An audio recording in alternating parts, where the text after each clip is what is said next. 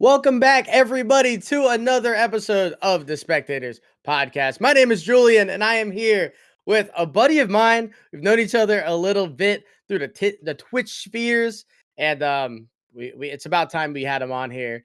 Kin, welcome in, welcome to your first podcast episode, brother. Thank you.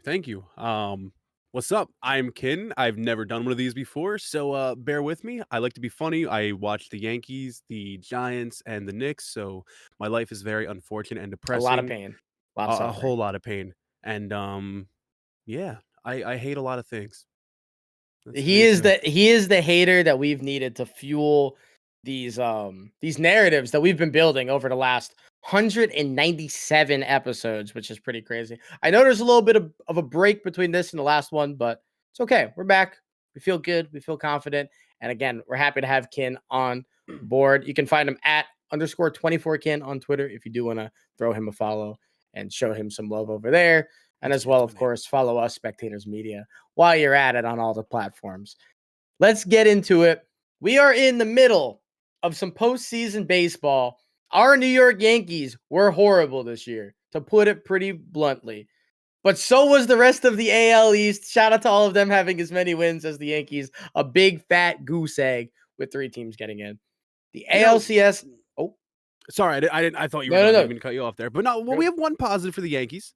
Okay. Anthony Volpe is a Gold Glove finalist.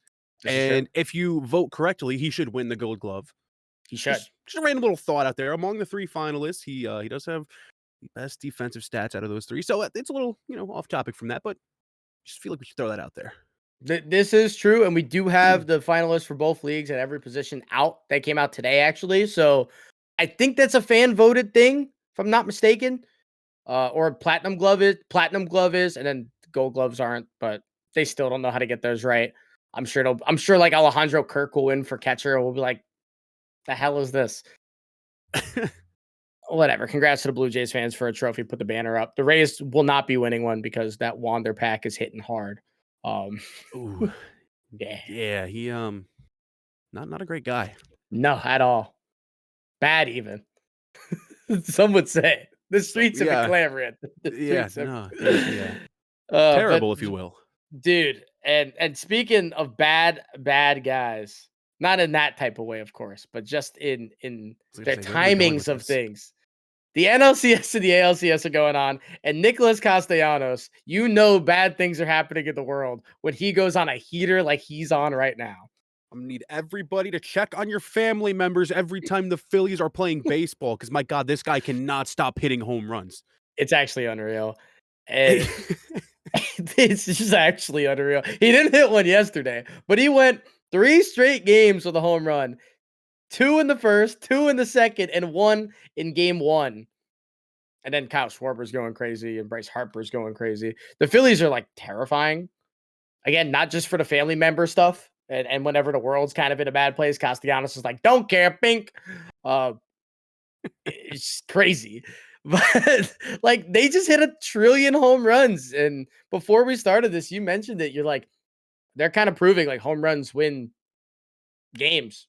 And if you're hitting home runs, you're probably going to win. And that's how a lot of the advanced analytics are moving towards. Kyle Schwarber barely had above a 1 or above a 0 WAR this year, but he had 47 home runs and hit sub 200.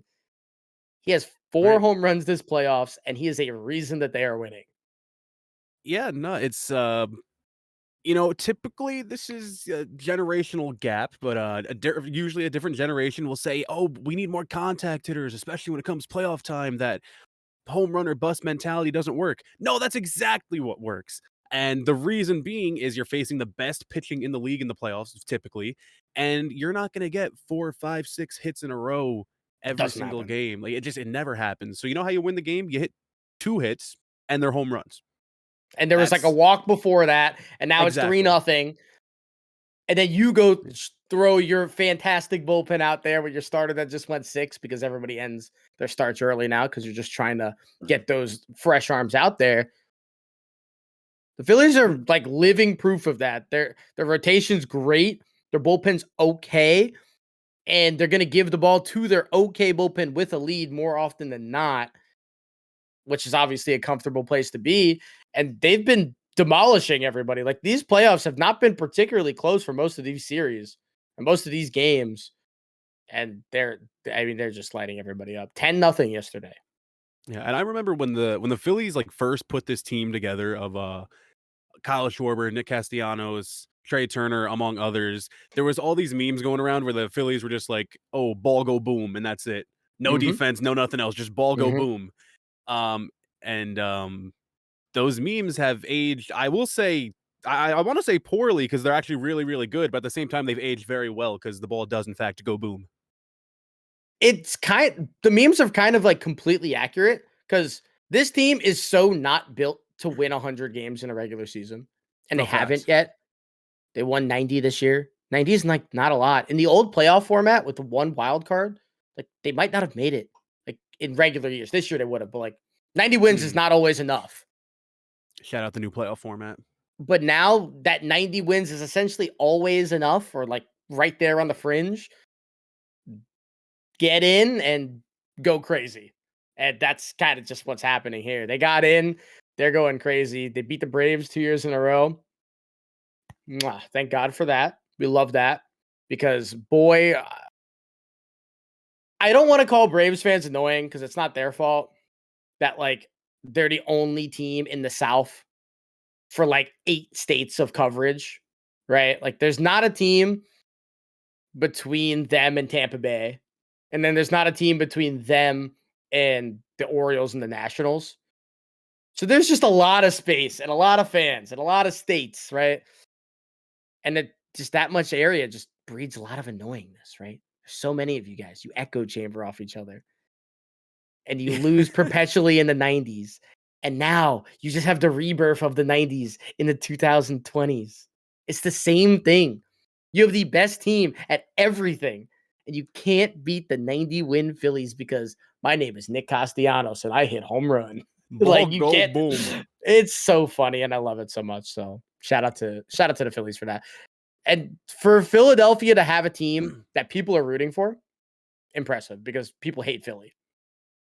I mean, what else is there to root for, man? I mean, you have the Astros.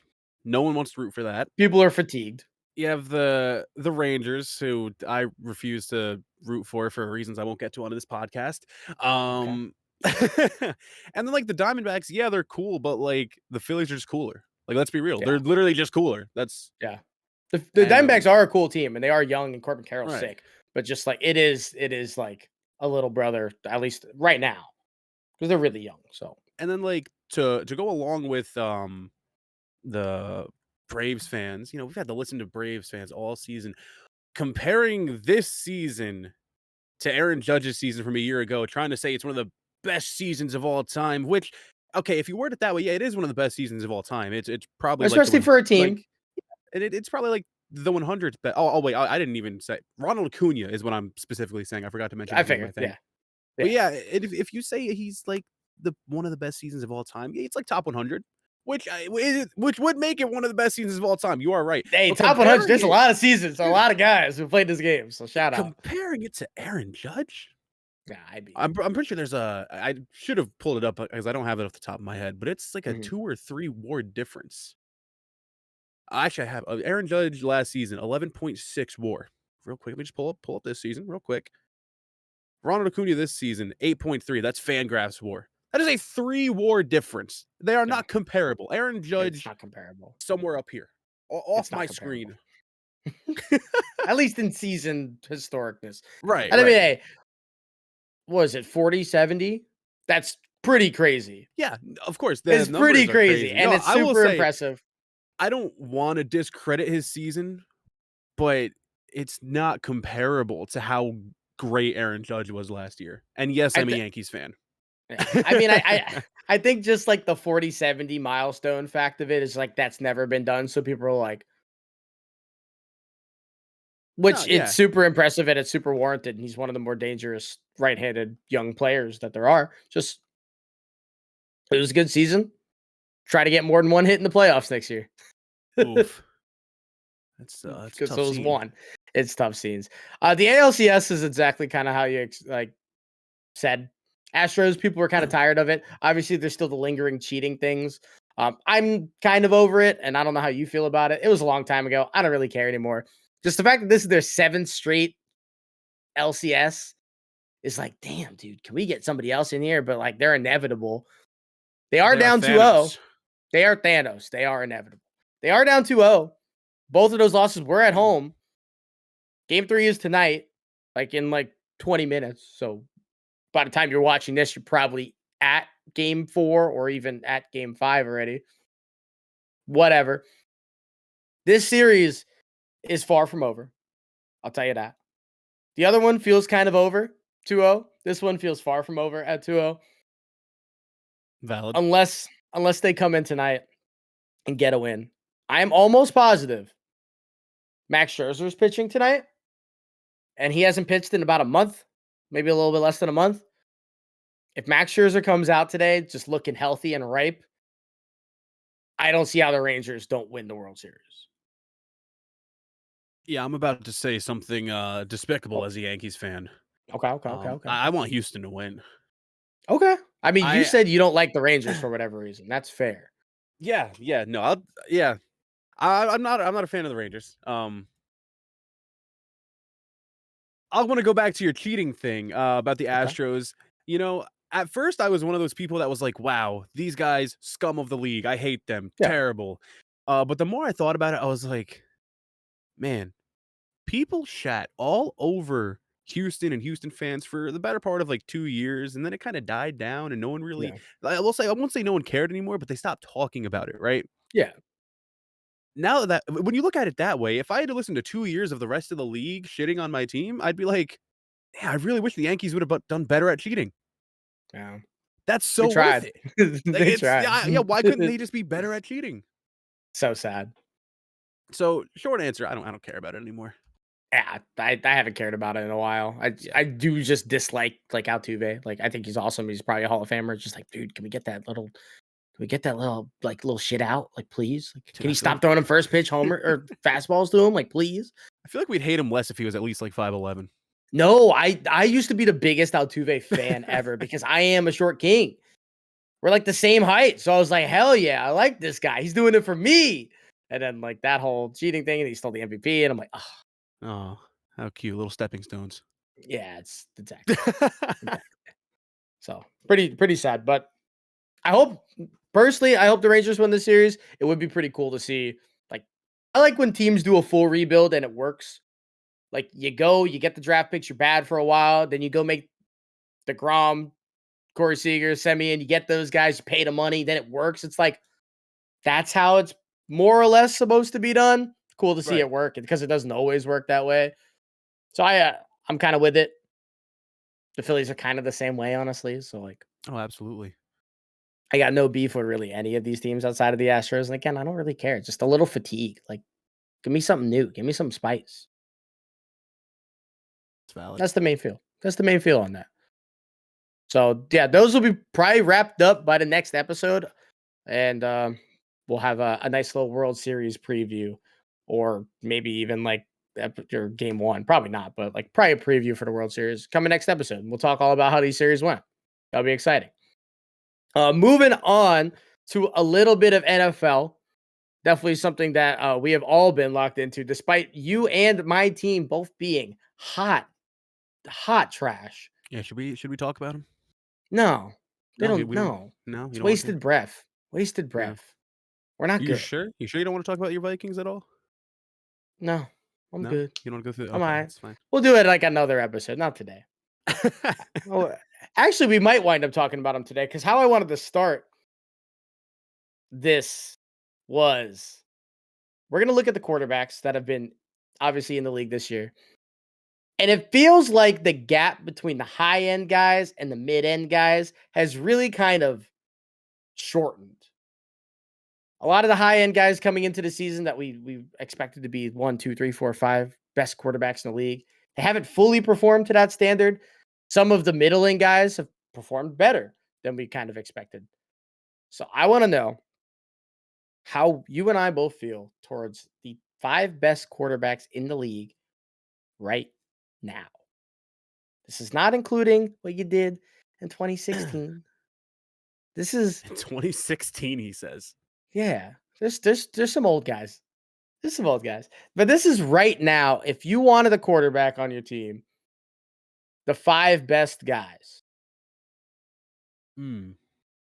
Who Right do now, you if got? I want a quarterback on my team, look, I don't care how the Chiefs look, because this is the same discourse every single season, right? Every single season, the Chiefs, they start off, their offense looks like eh, and then they Yeah. start to figure it out, and then they get 14 wins, and then they make it to at least the conference championship game. So, with that being said, number one guy always going to be Patrick Mahomes.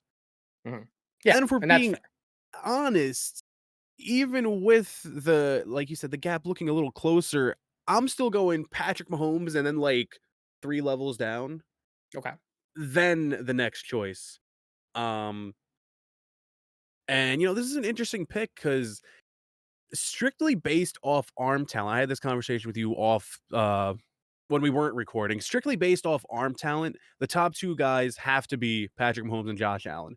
Just the absolute zip they have on the ball, the accuracy that they can have, their ability to improvise, all that put together, playing the quarterback position. There's no 2 better guys in the league than that.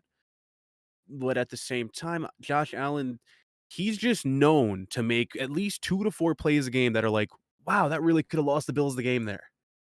Or they did lose the Bills the game. Or did, yeah, or did. Yeah. Um, with that being said, the safest pick at number 2 for me feels like Tua. Which is crazy because I don't think anybody really coming into the season had like Tua this high. And I think there's going to be a lot of discourse around Tua being 2, where it's like, well, he's a Mike McDaniels like that's the offense. Like obviously it's a historic offense right now. They're at like over 3,000 yards 6 games into the year, which is crazy. Right. Uh, but I mean, he's leading the league in yards by a good chunk, and his QBR has been great. I think he leads the league in quarterback rating right now, and he has an abundance of riches at positions. Right? I mean, Tyreek Hill and Jalen are fantastic. Then they just have Raheem Mostert, the fastest running back in the league, and then Achan's actually faster than him apparently, and he's their backup. They have just crazy, crazy depth on offense. And maybe feels like we're rating the offense more than we're rating Tua, but he's not throwing very many passes like we've seen at the beginning of his career and even at Alabama at times where we're like, I don't know, like that's not great. He's throwing downfield. This That's isn't the guy. yeah, that's something I was gonna bring up. When they got Tyreek Hill, we legitimately said, yeah, Tyreek's going to burn him and Tua's going to throw the ball 15 yards short. That is not happening. And it did when they first got him. And that is not the case anymore. Yeah, so, um, very important stat to look at is time to throw. Mhm. Um, and typically you can look at something like, oh, time to throw. That's a great thing. They're getting the ball out quick. Or you can look at someone like someone I'll pull off the list real quick. Daniel Jones is about top 10 ish in shortest time to throw in the league at 2.73. And the reason being is his offensive line is terrible, right? So his time to throw is bad, and he's only throwing the ball 6 yards down the field. Terrible. Now, Tua Tagovailoa, number 1 in shortest time to throw at 2.37 seconds. Crazy. On top of that, he's stretching the field. His average throw is 8 yards down the field.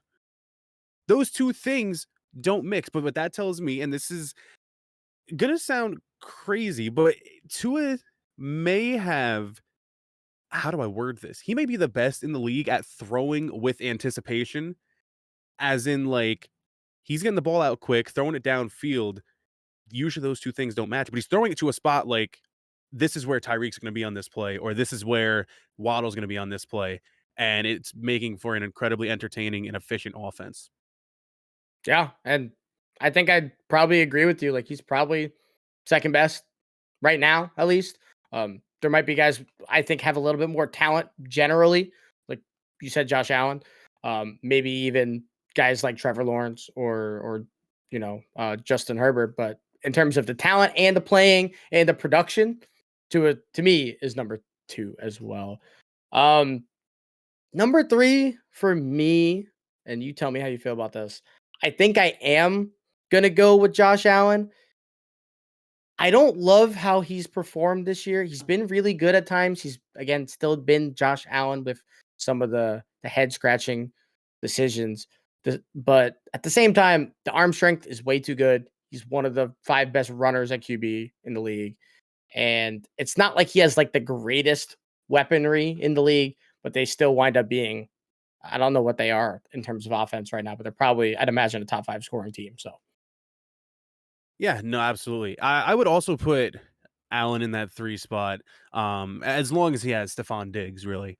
yeah, If he doesn't have Stephon Diggs, he's Mitch Trubisky in his first 2 years in the league. Look at the stats, I promise you. It's there real. are It's a there are very there it's are very stats. real. It is. If you look at the first 2 seasons of Mitch Trubisky, you get the first 2 seasons of Josh Allen, but better. So as long as he has Stephon Diggs, yeah, he's an easy top 3, even maybe even top 2. And Josh Allen has talked a lot more about not trying to be a hero, right? Yeah, Um, but we still need to see that because there's still times where he plays that hero tries to. ball at quarterback, right? Yeah. I mean, that throw against the Giants to I forgot the tight end's name. It was the tight end's first catch of his career a year. Touchdown, won them the game. First target of the year. First target, yes. Yeah. That that's a great throw. Don't get me wrong, and it shows his talent. But that's one of those plays where it's like, why did he just throw that? Yeah. And against a good team, that throw is either incompleted or likely intercepted, but it has a very, very low completion percentage. Yeah. And that's kind of what makes him at number 3 because he can make those improbable plays probable, which is why Mahomes will always be 1 as long as he's like seemingly healthy and not just regressed past the point of the shell of himself because he does the same thing. So it's kind of the gift and the curse. You have the talent to do it, but should you? Is it smart? That particular instance, obviously the results worked out. Would that work out against the Niners? Probably not. Would that work out against even like a Saints team? Probably not. It was the Giants. We got past it. We ball. Right. Knowing your opponent matters. And who you got for number 4? See, this is where it gets hard. Um, you know, you have a guy like Brock Purdy where you could throw him top 5 as Mhm. long as all he has to do is what's asked of him. Um, but if I want to take a guy that I think can actually go out there and make me a play, I'm probably going to throw Justin Herbert in that 4 spot. Again, Okay. based on the talent and what he can do. Um, unfortunate that Josh Palmer's the second best receiver. He's not terrible, but when Also, you like the have worst head coach I've ever seen in my life, potentially. oh yeah, yeah, that's Like uh actually ever. It's insane. hate that I share a first name with that guy. Unlucky. Unlucky, Mr. Staley. Yeah, no, I think just pure talent alone, Herbert would go out for.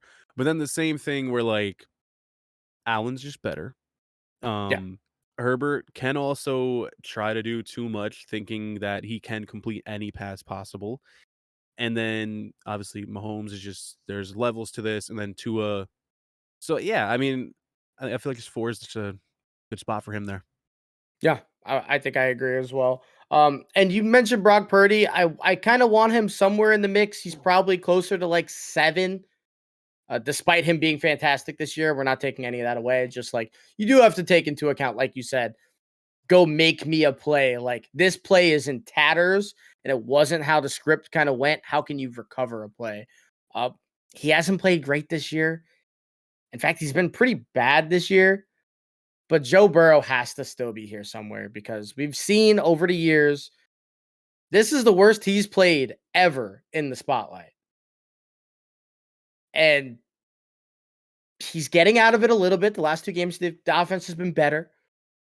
It's definitely been a lot better. The team as a whole is kind of struggling and the feng shui feels a little bit off. Maybe it's because he hasn't been great. Maybe it's because there was like the ankle stuff that people have talked about. He's not 100%. And that probably has a lot to do with it. But it's hard not to put Joe Burrow in the top 5 when, as a package, if you just said like based off of everything in the league, he's a top 3 quarterback. I know we take the step back and look at the season and look at the results and all that, but again, it's hard to not look at the things that he can do and say he's number 5. Yeah, no, I mean that's just perfectly valuable. I will say I think he's a top 3 or top 4 regular season quarterback, but I'm always very uninspired when I watch his playoff performances. There's nothing that Joe Burrow has ever done in the playoffs that go like, wow, Yeah. like Joe Burrow just won that game. Um, so I mean, I think these two are interchangeable. If you're looking at, I mean, first of all, you're looking at health. You'd pick Burrow, but I also think you can throw Lamar Jackson in this spot, especially Yeah. with how he's ran the ball this year. I mean, Yeah. I think he's like dude 5th is in rushing yards right now, pretty yeah, sure. he's ridiculous. Yeah. I mean, it's And then classic Lamar though. his ability to throw the football, even when his receivers drop the ball at a 70% rate. I love Lamar in this spot as well. Yeah. Lamar has just always been such a great dual threat, and he's never had the receivers. Maybe one day he'll get some receivers, but people tried to tell me that Zay Flowers and Odell and Rashad Bateman were going to be like at least a pretty solid group. They are pretty not solid. I mean, Zay Flowers is okay, He will be but is him. it? I don't He, even know if he will be him. He looks he okay will though. be. He looks fine. Is he ever an actual number 1? Probably not. I don't think that's there. Like a real number 1. Like go like a Keenan Allen. He's not that. No, He's never not a that. Diggs. And Keenan Allen's like lower on the end of the number 1s. Yeah, at this point in So his career, yeah. even though he's been fantastic this year too. Uh, I do like that though. I wouldn't be mad about putting Lamar, especially when you account for this season. And he hasn't been like spectacular, but he's made some really big plays when the Ravens need it, and they've won quite a few games already. And they've had the toughest part of their schedule out early because they played all of their division teams. I think they have 4 division games already played, and it's week 6, Mm. which is like the strangest scheduling ever. Yeah. So if we were to do like a quick wrap of our 5, I think our first 4 are the same, right? We got Mahomes. I mean, Nope. my 1 and 2 is only slightly different because I put the levels, Mahomes, and then levels, Tua, Josh Allen, Yeah. Herbert, and then we're interchange. For me, it's interchanging like Joe Burrow or Lamar. For you, and Joe Burrow. I think that's a really solid list. Yeah. And then fill out the rest of it. It's Purdy, Kirk Cousins, uh, probably Jalen Hurts. Like he's in there somewhere. I am uninspired a little bit from Jalen Hurts this season in particular, uh, but like he's there in the conversation, of course. Second most Jared interceptions Goff's thus been pretty far solid. at They've 7. not been good ones either. They've been like pretty One egregious. 1-to-1 touchdown to interception ratio for Jalen Hurts. Not ideal. Not great. You hate to Not see great. it. It's not ideal. It's not It's at not all. ideal. No. So that's like the top 8 or so. And I think that's a pretty like solid line. Again, you get Goff in there like 9, and then like probably Trevor Lawrence at 10. Wrap it up, tie a bow. Feel pretty good about that top 10. CJ Stroud's looked amazing too, so shout out to him. Dude, I'm a CJ Stroud enjoyer. You are? Absolutely. He's looked good so far. Also an Anthony Richardson enjoyer, but not an enjoyer of his health. Dude, he's already going through it. Hurt twice this season already, out for the year now. It's not ideal. It's not ideal, but no, CJ's brought some fun to the Texans, so that's weird because Matt Schaub was their best quarterback ever beforehand. So That's a tough scene once again. it's a tough scene. Cool. So there's our quarterback little analysis. A third of the way through the season. Also, a third of the way through the season, we're gonna have our favorites for the Super Bowl in the AFC right now. Who are you saying is going to be in the bowl? It's always Patrick Mahomes. They're gonna figure it out, man. Dude, I Okay. don't know if the rest of the NFL world is on notice yet, but their defense is really good. It's really good. It's Like really good. really good. And if you're Yeah. asking Patrick Mahomes to only give you between 20 20, and 23 24, points, yeah, right? Like you're fine. absolutely. Give me the Chiefs in the Super Bowl. Okay. I think I want to agree. It's kind of easy to say the Dolphins right now, but the Dolphins at the end of seasons surge or drop every single year, no matter who the personnel is. I would like to see them change that this year. As of this current moment, I'll agree with you on the Chiefs. I feel like we're probably both going to be in agreement and say the Niners on the NFC also.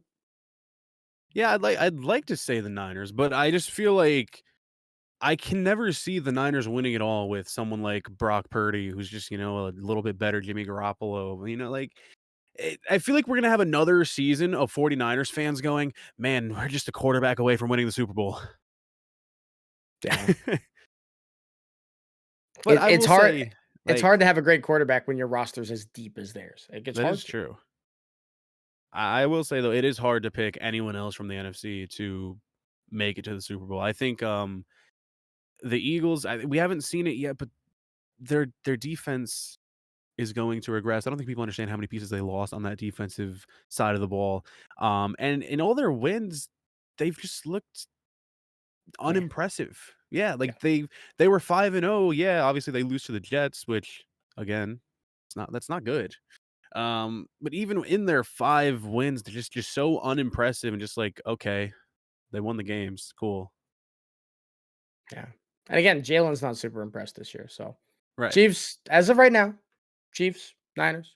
We'll see what happens. We'll revisit this halfway through the season, and it'll probably be more or less the same. Going into week 7, we're gonna give you 2 games to watch. Or not. We're Well, gonna give you a game to watch and a game not to spectate is what we're gonna call that. the game not to spectate this week. There's honestly quite a few of them, but I I was gonna know say, did we ever agree on one? no, but like there's a pretty easy one that I feel, and No, that's well, gonna let's each give our pick. okay. It's got to be the Raiders and Bears. I do not want to see the guy leading the league in interceptions versus a team that they kind of want to intentionally tank, but they're also intentionally tanking because they have no talent. And Yeah. Justin Fields isn't playing.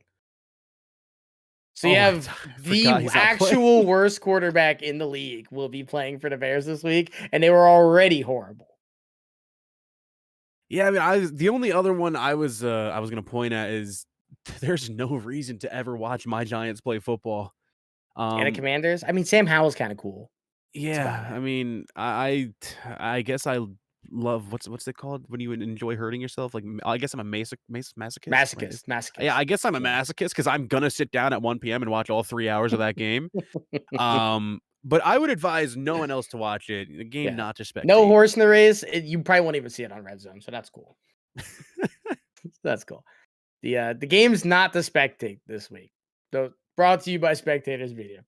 The Spectators game to watch though this week, and this is on Sunday night, so everybody should be around for it. You know, getting ready, getting cozy for to get back on Monday, get back to the work grind. Dolphins, Eagles.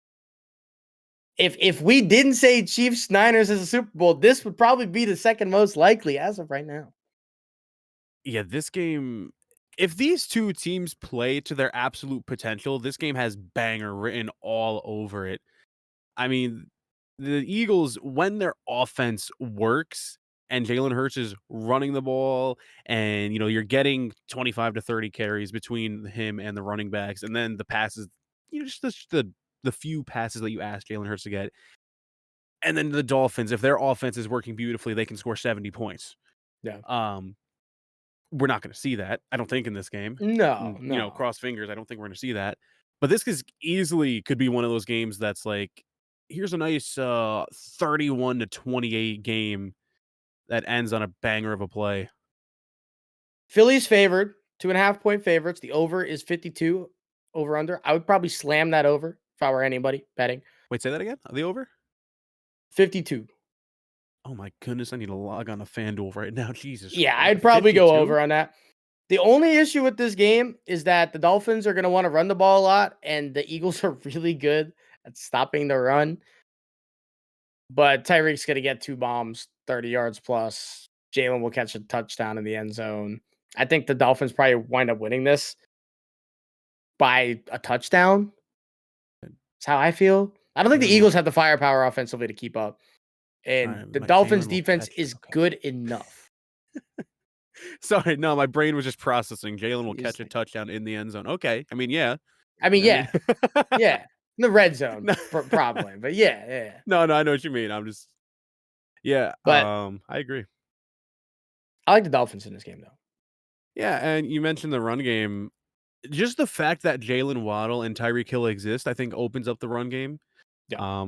Even as good as the Eagles can be at stopping the run, just knowing that there's these two track stars trying to run behind you, I think it will. The Dolphins aren't going to have their same kind of running that they've been having, but I think they They're still not have a scoring decent 70. day. They're not No, scoring 70. no. They're not scoring 70. Like I think really, if we're gonna make a really fun prediction here, I like 31-28 Dolphins. I like that. Just sounds entertaining. Just sounds fun. Okay. I'm with it. Give me a fun game. Sunday night, there's usually weird water in the air where the games come down to be close, even though they're not good games. This should be a good one. Watch it, enjoy it, because there's no football happening this Monday. You're right. That you heard that right. The Vikings are not actually playing the Niners on Monday. That is not real. It's not happening. No, they are. They're on the No, schedule. they're not. The Vikings will just like appear on Tuesday, 2-5. You just be like, how'd that happen? Like, I don't know. No, you can definitely watch that. It's actually, it'll be on ABC, ESPN, ESPN. It'll be everywhere. You can actually definitely watch that game. Please don't. No, you should. And what you should No. do is you should make sure that you at Julian the Cut on Twitter with every single play that happens in that game, just to make sure that Every he's play. That's just rude. That's so rude. When that first drive fumble we have hits, I'm gonna just the Marvin's room will be playing and my lights in my room will be off. I'm just saying you can do Do better. better. That's all we have for you guys today. Ken, I appreciate you coming on. This was fun. I hope you enjoyed yourself. I absolutely enjoyed myself. Dude, and we'll be back sometime next week. We don't have a specific day locked in yet, but you guys will be notified of that. Keep an eye out on the socials at Spectators Media. Again, follow us. Keep up to date on the podcast and events happening in Tampa, all the news, all the good stuff, all the new content that we got coming out for you guys as well. Make sure you follow my boy Kin at _24 Kin and myself at Julian the Cut on all socials. Thank you guys. Thank you, Kin. Have a great rest of your day. Later, everybody.